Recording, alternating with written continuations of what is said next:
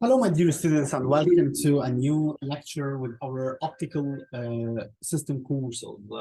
Today, we are going to consider a very important and interesting topic as well, which is the semiconductor laser. So, we have already studied an overview for an optical communication system, mainly consisting of a source,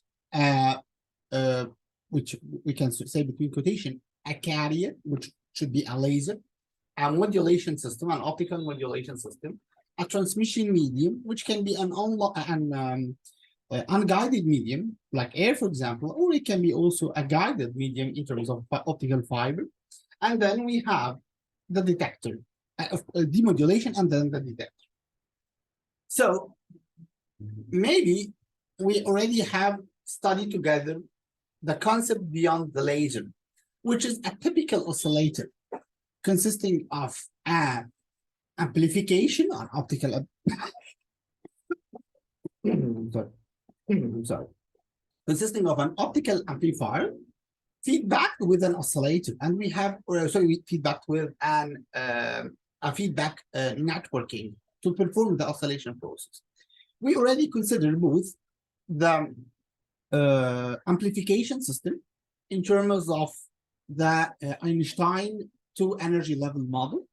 Then we have combined this with what's called an optical cavity to observe Fabry-Perot oscillations. And then we construct a complete system, either in terms of a 3-level system or a 4-level energy, or 4-energy level laser system. Then we already discussed in the course the concept of gain saturation, which reflects that whenever the intensity inside the cavity is going to increase, the amplification factor we define by gamma is decaying, so that we can have a physically saturated gain with respect to the increase in intensity. However, we can say that this model, which we have already studied along maybe 4 or 5 lectures, 3 chapters maybe, is under the name of a gas laser.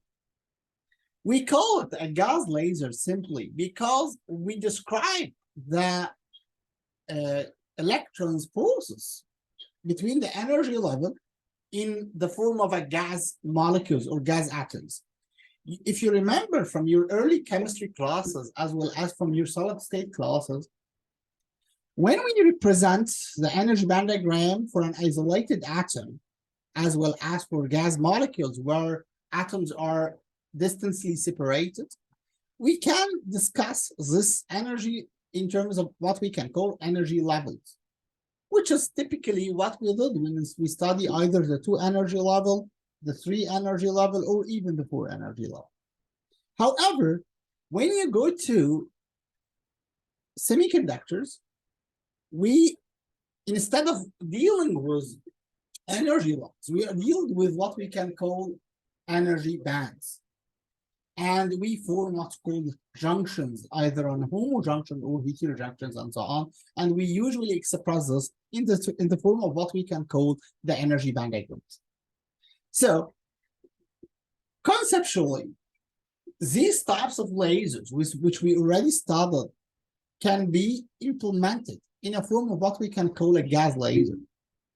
But once we go into the recent electronics technology, and in order to have what we can call an on-chip laser using the semiconductor technology, we have to adapt our technology to the semiconductor materials.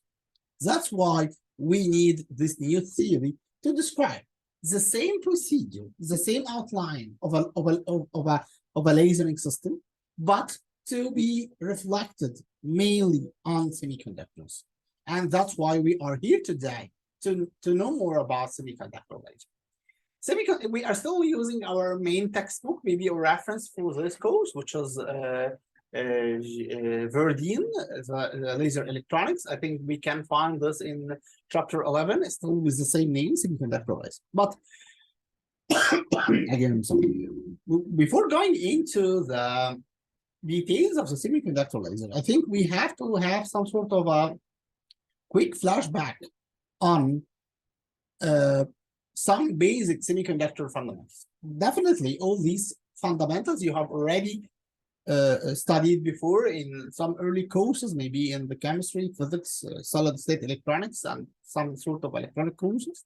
But we are just going to make a very quick flashback or revision on these topics to make sure that we are on the same ground and to make some sort of terminology fixation before starting into the semiconductor laser topic. So, as I just mentioned, semiconductors are observed in terms of what's called energy band diagram. An energy band diagram consists of a valency band and a conduction band, and we have in between what's called the energy gap, which is a region where electrons are forbidden to occupy, or in other words, there is no energy levels for the electrons to be to occupy in this region. Generally speaking, electrons are bounded in the valency band, but due to what we can call the intrinsic thermal energy in the material, represented by 3/2 kT, some electrons can move due to this energy from the valency band to the conduction band, making this electron partially free, or we can call it free electrons in the conduction band, and leaving what we can call an hole in the valency band, which is defined as a broken bond in the valency. So, due to this intrinsic thermal energy, we have what we can call the intrinsic concentration, which is the number of free electrons in the conduction band, which is typically equals to the number of holes in the valency band. So, in order to have an accurate estimation for the number of electrons in the conduction band, which are typically the same, equal to the number of holes in the valency band, we use what we can call the Fermi-Dirac distribution. A Fermi-Dirac distribution is a probabilistic function that describes the variation of the electrons in terms of energy and temperature. As we just described, temperature is a concrete force to collect electron from the valency band and send it to the conduction band. That's lead to an increase in the temperature will be will reflect in an increase in the number of electrons and vice versa. Okay, so to calculate the overall number of electrons, we need to multiply two functions. The first function is the density of states, which is simply the positions where electrons can occupy in the valency band, in the conduction band, or the positions where the holes can occupy in the valency band. If we multiply this energy density function with the probability to find an electron, and the multiplication of these two green curves will give us the density of distribution of the electrons in the conduction band. And similarly here, but we just need to make one minus because the green curve, which is a Fermi-Dirac distribution, represents the probability to find an electron. So simply the probability to find a hole is 1 minus the probability to find an electron. And this multiplication leads to the electron, the whole distribution, for the valency band. Okay. Then, as a next step, we describe what's called the Fermi level. And if you remember, we have described in solid state this Fermi level in two perspectives. The first is mathematical perspective, which is a level at which the probability to find an electron equals to the probability to find a hole equals to 0.5. And we can also consider it from a physical perspective as a weighting indicator to indicate the weight of electrons in the conduction band to the weight of holes in the valency band. So whenever these two weights are equal, whenever this the electrons in the conduction bands are equal to the hole in the valency band, this Fermi level will be roughly in the middle. Once one of these two numbers increase, then the weighting factor will lead to go into the direction of this increasing value. This will we observe when we go to the doping effect, if you remember doping effect. So a doping effect is the effect to embed some sort of impurity atoms to your intrinsic material, intrinsic semiconductor material, in order to bind the material to be more with electrons, what we can call an n-type, or more with holes, what we can call a p-type. So for electrons, for example, or in order to make the material with more electrons, what we can see is that we disallocate one of these atoms to be replaced by another foreign atom. This new foreign atom, or what we can call the impurity, in this case we call it a donor atom, has 5 electrons in the most outer energy level. So 4 of these electrons will have a combination bond, and the 5th one will be free without a bond, making it easier to move to the conduction band without leaving a hole in the valency band. So in this case, number of electrons increase with respect to number of holes, and we can here have these very famous equations. I think you use it n times in your solid state and in your electronic classes in order to calculate roughly the number of electrons, number of holes, and generally here the material is an n type. And as I just said, the Fermi level has a physical indication. So in this case, once the material is in an n type, then the electrons will going to, the Fermi level will going to move to be more closer to the conduction band with respect to the valency band, and this is an indication to that this material is an n-type material now. A similar process here. This is a demonstration graph where you can find the number of electrons is now increasing with respect to number of holes. A similar process can be implemented. Sorry. A similar process can be implemented when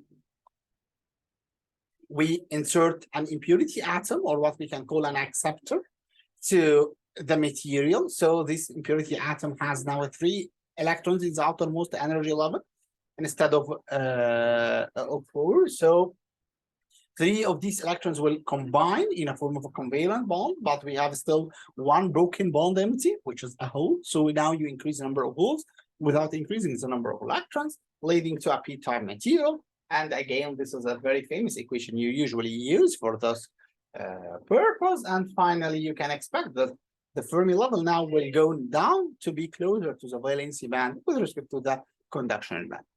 And a similar graph to demonstrate that now number of holes is greater than number of electrons. So in general, we can consider that we have 3 types of semiconductor materials: the intrinsic semiconductor, where the Fermi level is in the middle, and the number of electrons is equal to the number of holes; the n-type materials, where the Fermi level shifted upward and we have more electrons and less holes; and finally the p-type material, where the Fermi level shifted downward and we have more holes and less electrons.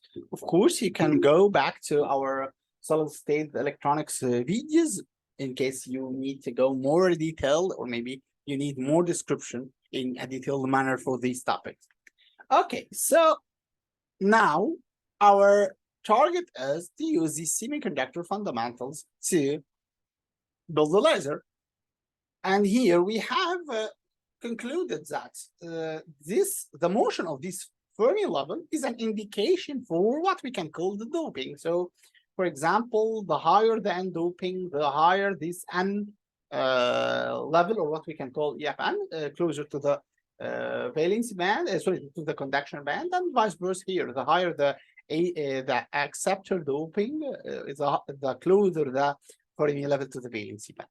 Okay, but here, to what extent we should make this Fermi level close? This is what we can call the degeneracy of the semiconductor. So generally, we can classify semiconductors into 2 sets: what we can call the non-degenerate semiconductor and what we can call the degenerate semiconductor. So for a non-degenerate semiconductor are those semiconductors where the doping is still not so high that the distance between the Fermi level and the band, either the conduction or the valency band, is equal to or greater than 3 kT. And I would say that this is the most common way of dealing with semiconductors. So usually when we deal with standard MOSFETs, for example, or NPN junctions, or bipolar junction transistor, or something like that, usually we are dealing with those non-degenerate semiconductors. But as the semiconductor, or as the doping increases the semiconductor, this Fermi level might go in this white, this yellow closed zone. So it might go closer to the conduction band or to the valency band, making this distance is less than 3 kT, or even it can penetrate the valency band or the conduction band. So in this case, for example, you can see that EFN exceed EC. So you still have the Fermi level is now embedded inside the conduction band, and vice versa. Here, the Fermi level is embedded inside the valency band. We call this what we can call the degenerate semiconductor. And the purpose to highlight this degenerate semiconductor in this lecture is simply because semiconductor lasers are constructed based on degenerate semiconductors. This will what we're going to see in the next few slides. So back to this thermodynamic equilibrium. So, okay, so this is the first maybe observation or conclusion or revision, name it as you wish, for the semiconductors. Fundamentals is to understand the Fermi level, the difference between degenerate and non-degenerate semiconductors. Let's go to another aspect to be revised in this manner in solid state. We are still doing some sort of revision, so I assume that all these stuff you have already seen before in your previous module somewhere. So again, to this energy band diagram, to this standard energy band diagram, and this is the model we already have considered. So we call this model, my dear students, as what we can call the thermodynamic equilibrium. So the definition of thermodynamic equilibrium is simply can be constructed mathematically in terms of what we can call mass action law. Definitely, you hear before about what is mass action law. So mass action law is m times p equal ni squared. So even when we do doping, we can see this, for example, in this slide, for example. Yes, here. So even when we did doping, the number of electrons increase and the number of holes decrease, and vice versa here. So that's maintained the mass action law verified, which means that n times p equals ni squared as far as you are under thermodynamic equilibrium. But there is another cases where we are not under thermodynamic equilibrium, or in other words, this n times p might be greater than ni squared, or it might be smaller than ni squared. The first case is what we can call carrier generation, and the second case is what we can call carrier recombination. Maybe this or these few slides describe a very important semiconductor perspectives related to carrier generation specifically. In this course, we are not going to make a very detailed description for that, because there is an optional course offered in your next senior year under the name of optoelectronic devices. So in case you are interested in this types of carrier generation technologies in different perspective, photonics, semiconductor, optoelectronic devices, solar cells, and all these stuff, you can join this optoelectronic devices course. But let's do it here. So these are two cases when n times p is or greater than ni squared, and n times p is smaller than ni squared. Actually, in this lecture, we will be more concerned about the first one, where n times p is greater than ni squared. So how to make n times p is greater than ni squared? Simply, this happens when we make what we can call an external injection to the material. So you pump electrons and holes externally from the material, from an external source to the material. One of the most famous sources to be injected to the semiconductor material is the light sources. As you definitely know from this course, that light is a quanta of photon, each of an energy h nu. So you can light it hc over lambda, of course. And this is, for example, the solar spectrum, which is one of the very typical broad spectrum, including infrared, visible, and ultraviolet spectrum. So simply, let's see what happens if we inject light. This light might be a solar spectrum, might be a laser, might be any type of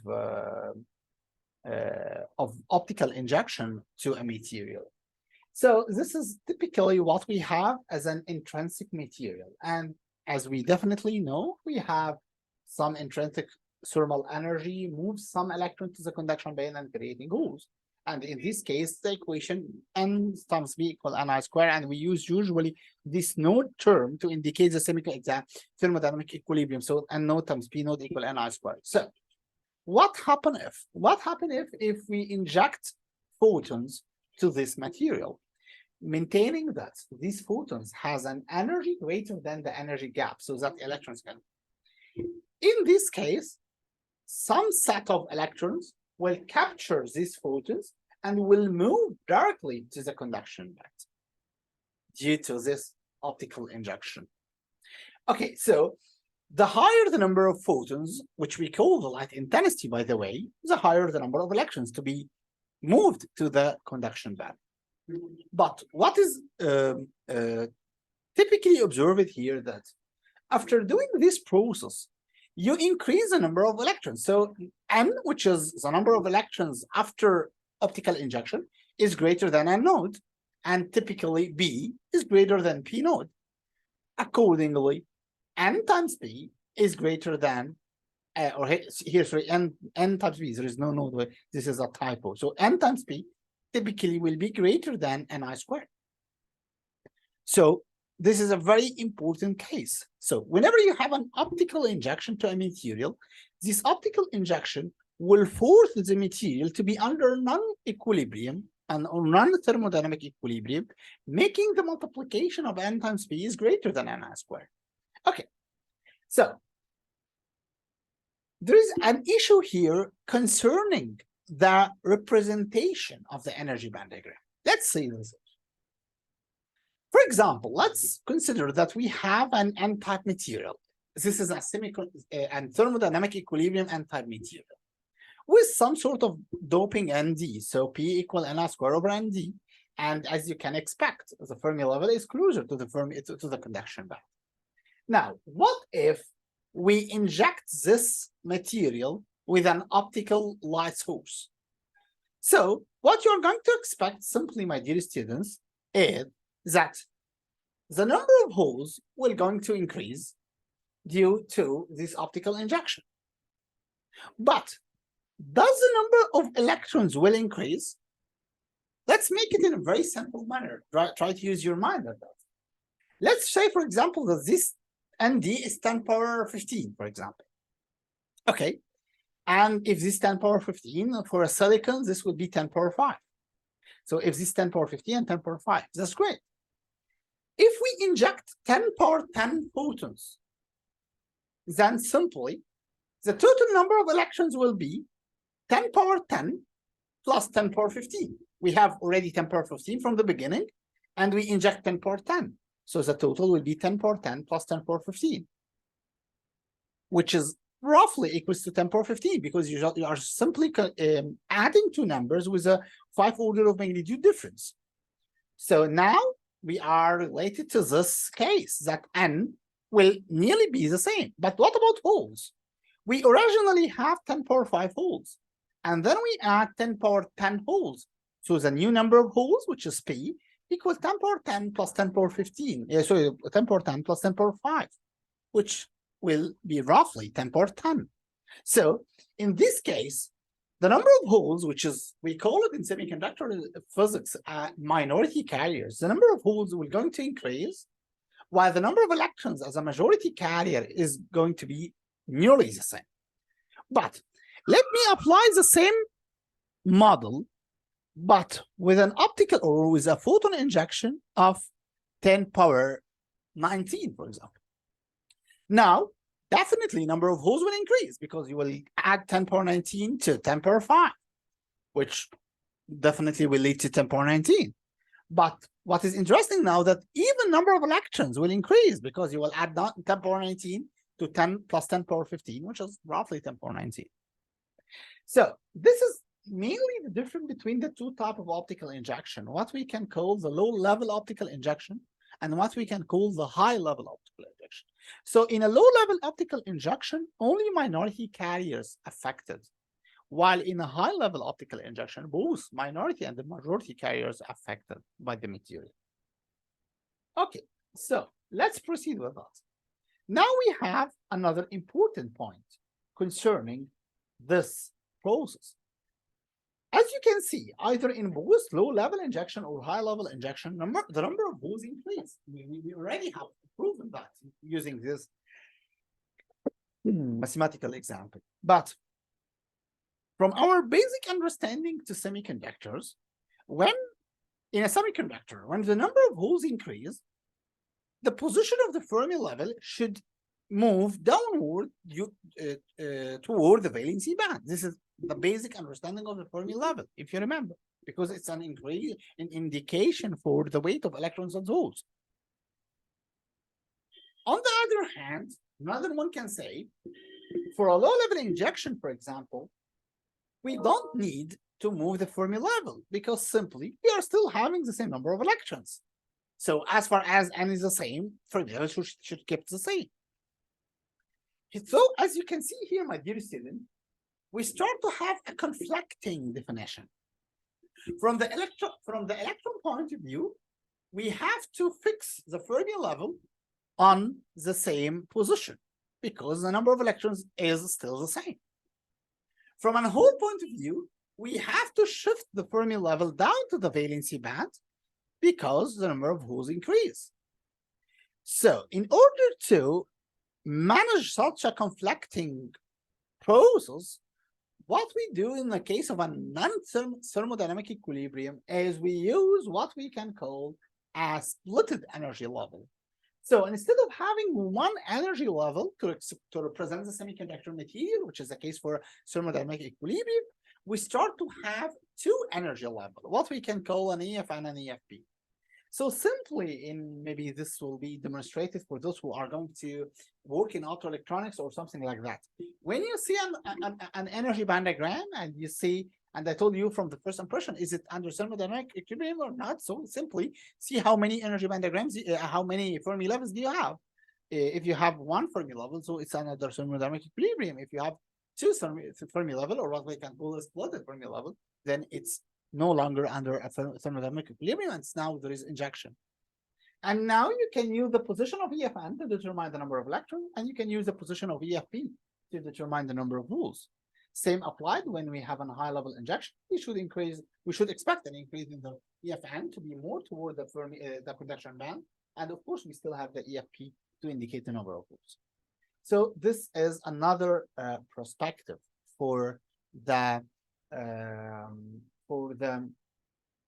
semiconductor principle. So our first perspective, or our first aspect, was related to degenerate and non-degenerate semiconductor, and our second aspect was related to Fermi level. Sometimes we call it split Fermi levels, and sometimes also we call it quasi Fermi level. So this is an electron quasi Fermi level, and this is a hole quasi Fermi level, which is an indication for electrons and holes. Okay, let's go to a third perspective related to what's called that, or related to semiconductors in general. Again, these are flashback slides to refresh your semiconductor memory. If you remember, energy band diagrams are mathematically represented in what's called the EK diagrams, which is the analytical description for the energy band diagram, where E represents the energy and K here is a factor, is a wavelength number representing the momentum, because P, which is the momentum, equals H bar times K. Okay, so why we need to refresh this energy band diagram, or is this EK diagram? Simply because we have studied that the effective mass of the particle is proportional to the, or inversely proportional to 1 over or inversely proportional to the second derivative of the EK diagram. And from this perspective, we can have what we can call, which is very commonly used in optics, what we can call an heavy and light holes. So for example, as you can see here, you can see that we have two EK diagrams for the same material.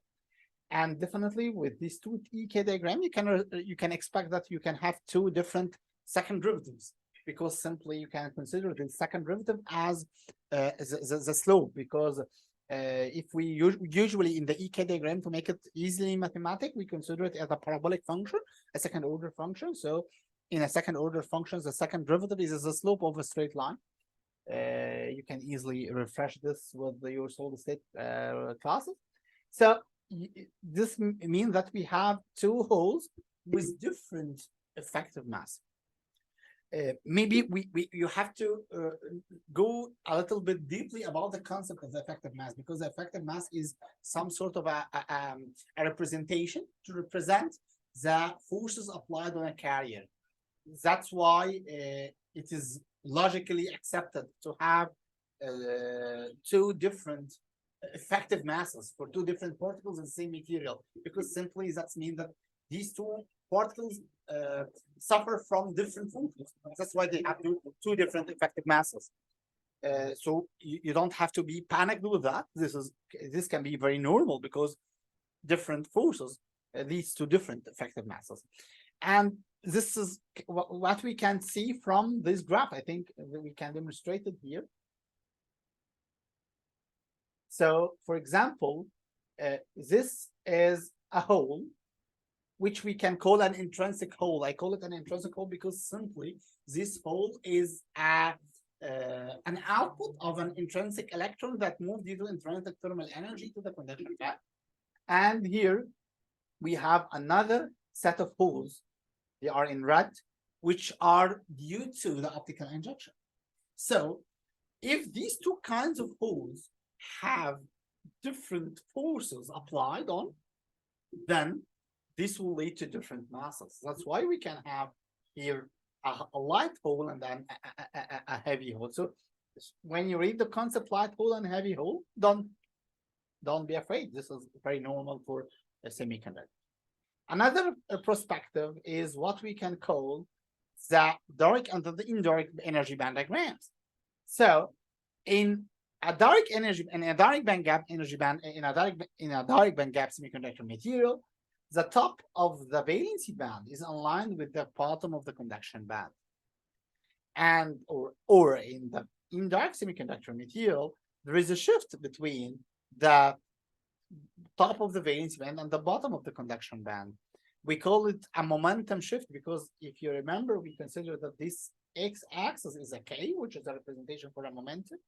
So in a direct band gap, we say that we only have difference in energy without any difference in momentum because the two points are vertically aligned. But here we have a difference in momentum.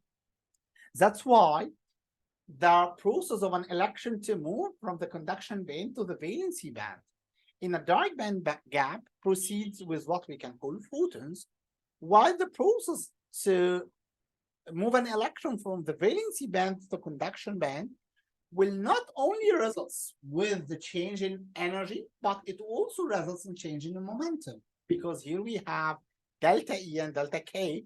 That's why this produces what's called a photon, which is the quanta for thermal energy. And from this slide, we can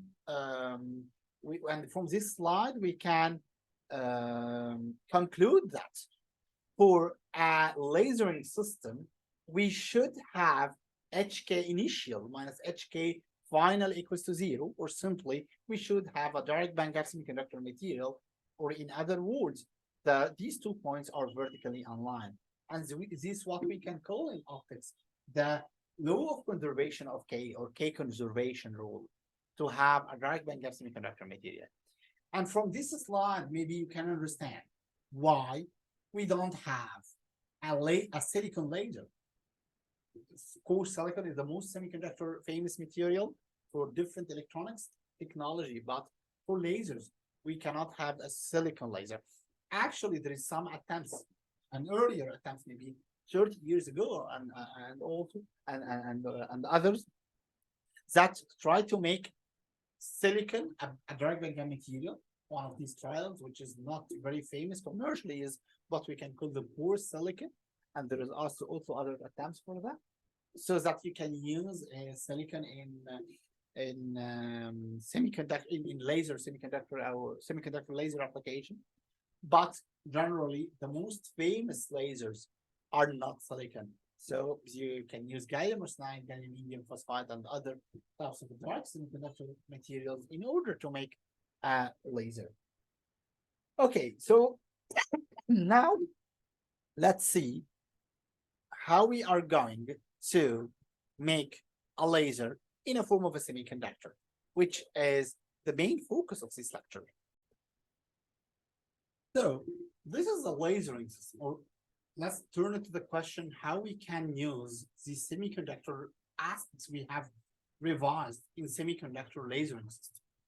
So for a typical EK diagram, this is an EK diagram. Let's assume that this material is with the quasi-Fermi level. So it's due to optical injection. The material has two types of a Fermi level. And due to this high optical injection, high level of optical injection, the material tends to be degenerate. So how can I recognize that the material is degenerate? Simply because the EFN and the EFP are exceeding the EC and EV. So in this case, let's try to describe how the material will behave. Let's use the notation for a while now.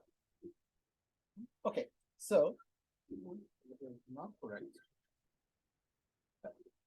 Yes, I need this. Okay, so and this is the EFN. This is the EFN. So generally, electron occupied energy level below the Fermi level. So this here, these energy levels will be fully occupied of electrons. Alternatively, this EFP, so electrons are here.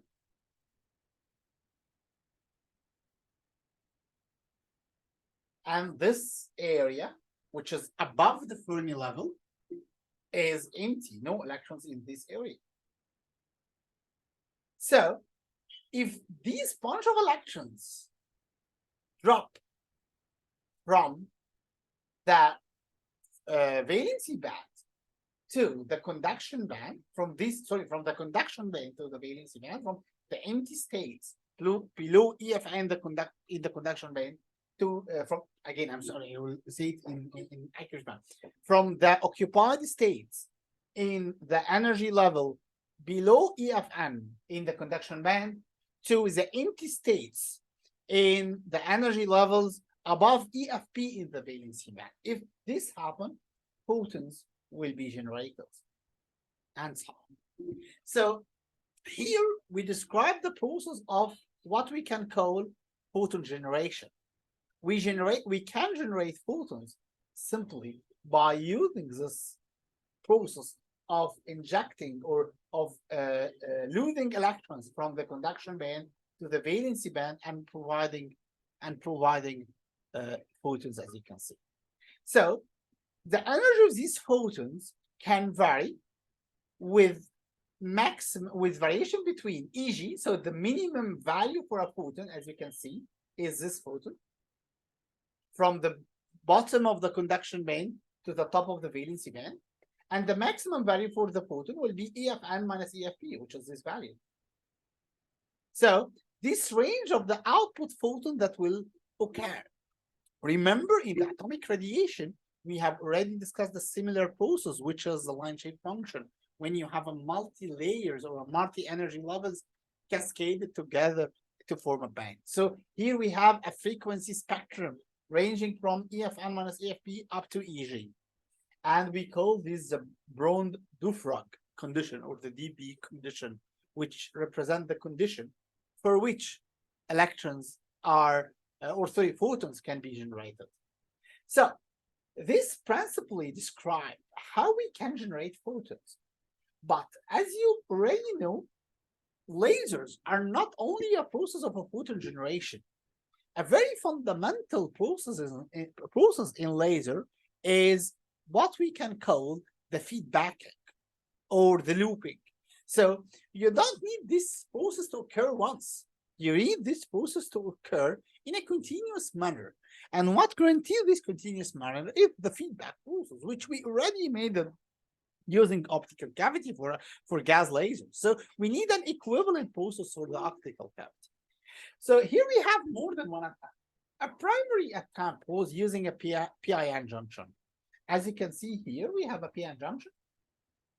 This is a standard PN junction, sorry, PN junction, not PIN, PN junction with a depletion region. But what we do is actually we act to make this pose B side and N side of a degenerate material. So as you can see here, the EF is below the valency band for the P side, and the EF is above the conduction band for the N side, which typically means that this region contains electron, and sorry again, and this region are empty of electron, applying the same concept because energy states below EFN is full of electrons, and energy states above EFP is empty of electrons. That's why we have this. Now, if we apply some sort of a forward bias, as you know from your semiconductor classes, that a forward bias for a PN junction will act to decrease the barrier height. That's why we have this turns to this. So once we have a forward bias, we reach this condition. In this condition, as you can see, we have electrons here and we have holes here. If electrons starts to move through the band gap to the hole, then photons will be produced. And this is typically what we have for a PN junction laser.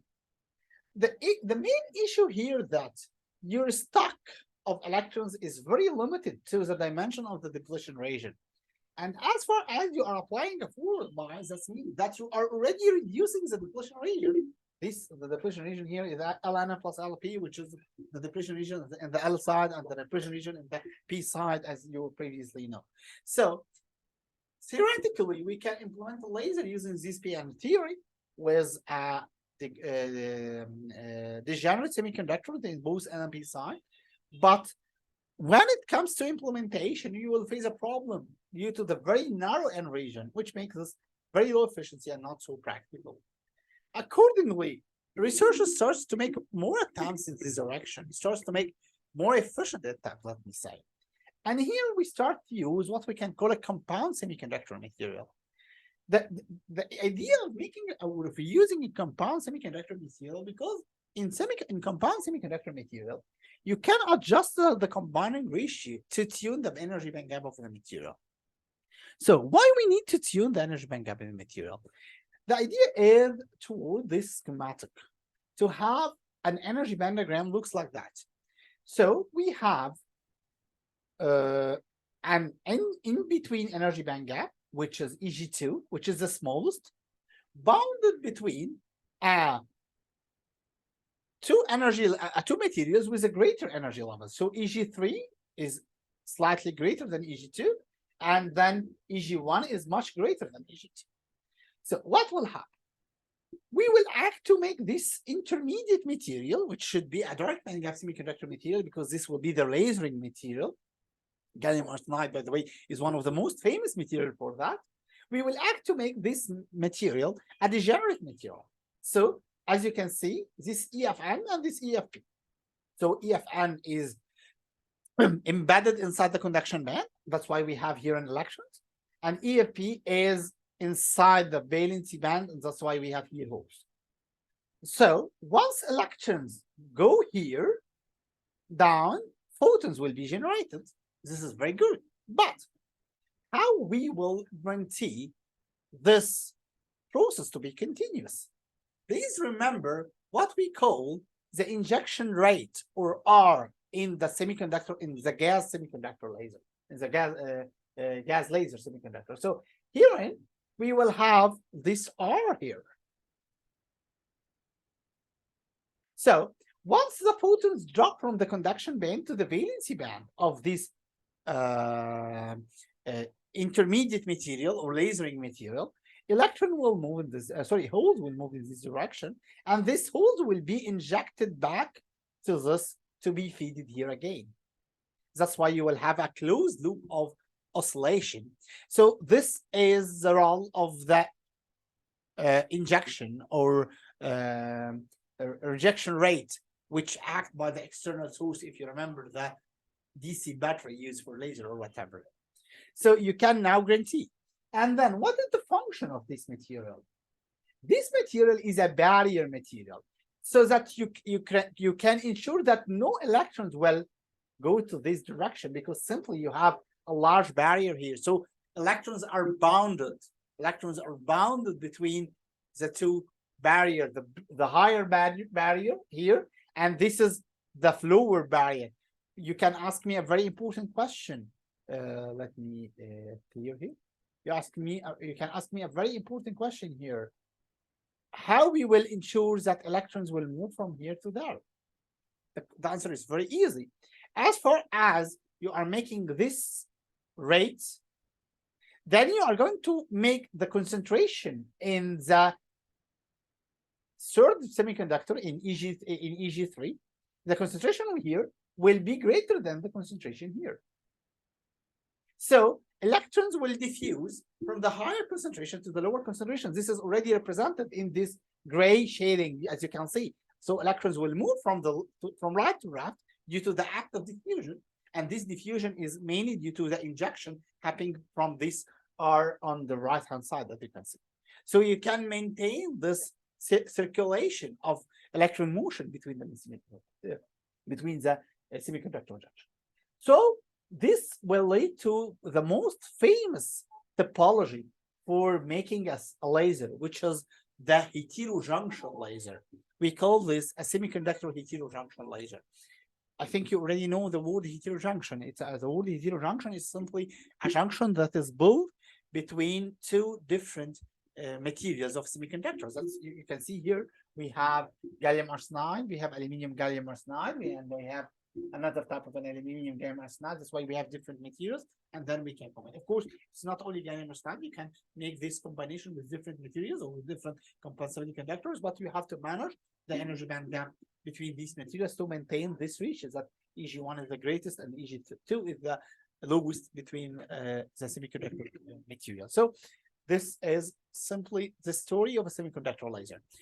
A final point is the termination of the system, which is the detector. Actually, we will not consider this, unfortunately, we will not consider this in the, we are not going to consider this in this structure, but maybe in next. Generally, the most famous structure for a photodetector is what we can call a PIN junction, which is a P-type intrinsic and N-type structure. As I told you earlier in this lecture, maybe for those who are going to choose optoelectronic devices for their next senior courses, they will go deeply with this different types of photodetectors and how they are working and as semiconductor devices and so on. So this will be a part of the an next course as an next optional course actually. But for this course, we are not going to invest time in this detectors. Generally, a detector is a device that converts photons into current. So you can simply understand the process because it is mainly toward capturing a photon, and then this photon will create an electron hole. Electron and hole will diffuse or drift in the material, creating a current and so on. So I think you already have the general concept beyond that, but the implementation of the semiconductor physics beyond is, as I mentioned, a part of the next course. So this is the termination for our semiconductor laser chapter. I hope that you have been enjoyed this chapter, and maybe we can meet in another topics with optical systems, optoelectronics, optical fibers, and other types of optical communication. Thank you very much, and see you later on.